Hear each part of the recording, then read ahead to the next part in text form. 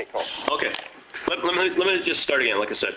When you were basically a Kiss fan as a kid, and you had your dad rip up your poster. Yeah. I mean, was that something that obviously got you on your rock and roll journey as a kid?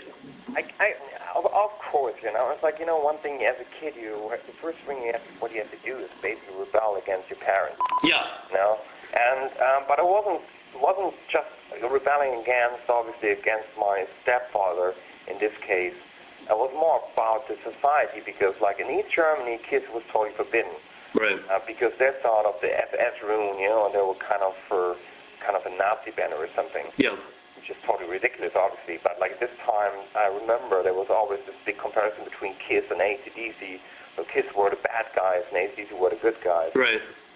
Yeah, what the fuck they were talking about. Right. But I think most likely there was one part of my path into rock music, but like I don't know, and I'm telling the stories often, but one of the things that got me started basically was, it was kind of a punishment, like it was my parents basically. They put me in a room for 2 weeks because I did anything bad, and I had this AC/DC tape, like a live tape. Yeah. And this tape gave me kind of the freedom to escape for some reason. Yeah. So I was listening to this tape so many times. Yeah.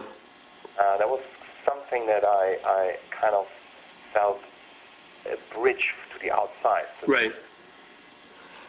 Well, I mean, when I was a kid, I mean, I was, I'm sure you saw the video, Twisted Sisters, We're Not Gonna Take It. Like, that's what started me off. All right. So I'm sure there's a lot of analogies that everyone can relate to. Of course. I mean, basically growing up in East Germany with the system. Yeah. That was a unique situation. Well, I just got the new AC/DC Plug Me In, and there's that one concert where they did in '91.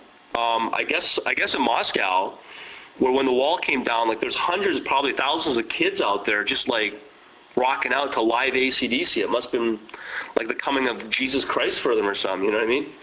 Something. You know what I mean?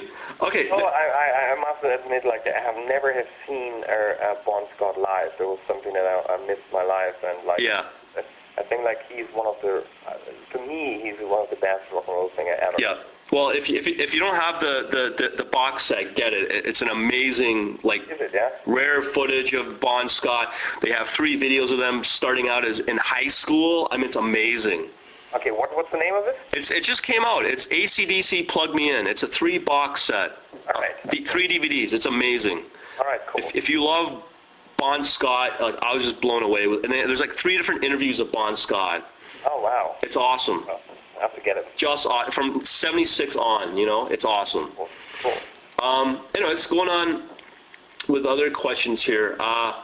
Now, I was reading on your Wikipedia on how you tried to sell a guitar as a kid, went to Czechoslovakia, came back. Yeah. You started playing a guitar in front of a girl. She got excited. Yeah. When you strummed harder, is that what got you kind of more into the hard rock side of music? I think that, yeah. I mean, I grew up with kind of hard rock. Like all those, like as I said, AC/DC, Led Zeppelin, Black Sabbath, all those kind of music. That was the start. But I also always liked the other side. I always liked also like the in retrospect, when I think about those times, I always liked all the good songs. It doesn't matter where they came from, even when they're pop. Yeah. I remember that I liked Depeche Mode, and they have great melodies. And I guess that was something I was always trying to do to combine those worlds. Yeah. Because obviously when the metal stuff came on, to me it was just it was great because it was really hard, it was aggressive. Yeah. But I missed the melodies, I missed their sentimental touch or something. I don't know what it was. Yeah. But I grew up definitely with those kind of bands after, and then I kind of went into punk. Yeah, I was just going to ask about that. Yeah, because in East Germany, it was just, sorry, 1 second. No worries. Oh.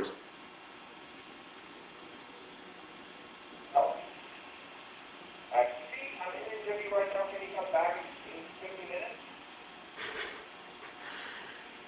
Thank you. I meant it was FedEx. FedEx. Sure it's not an encyclopedia salesperson? I don't know. Well, I'm basically in East Germany. There were like, the only way to make music was basically, to go underground. Yeah. And there were only those punk bands, and because obviously in the beginning you can't really play an instrument. Yeah. But you have this whole fucking aggression in Yeah. yourself, and so I grew up with those kind of music and also listened to more the English kind of punk. Yeah. I must say. Yeah, I mean, then after punk, I went back to metal, and then I actually started to listen to all those crazy bands, like the first industrial band I remember for me Was it? Big Black, Right. and like Steve Albini, for example, like, it was like for me the first record I heard, I was like blown away, or like Swan, for example, Mm-hmm. from New York here, and Yeah. it was like all those dark bands, and I got really into the dark side of the music. Right.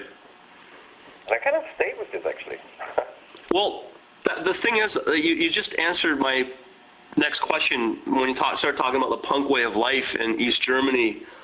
Obviously, like I was kind of like more attracted, obviously, to the punk side, because more of the do-it-yourself type of attitude.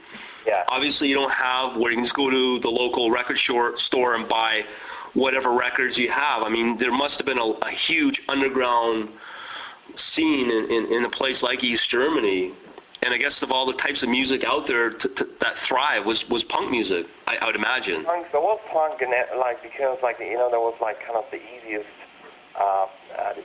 musical form to express yourself, basically. Yeah. So if you had anger, or you had you could you didn't have to be like a great musician to express yourself in music. Yeah. So punk was excellent to this kind of ways, Yeah. It was great. Yeah.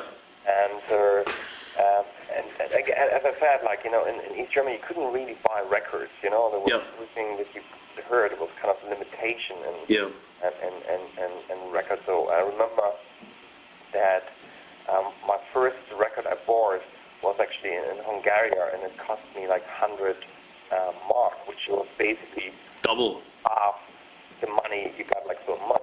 Yeah. I bought my first record was like the Dead Kennedys. Yeah. That was my first record I bought. Wow.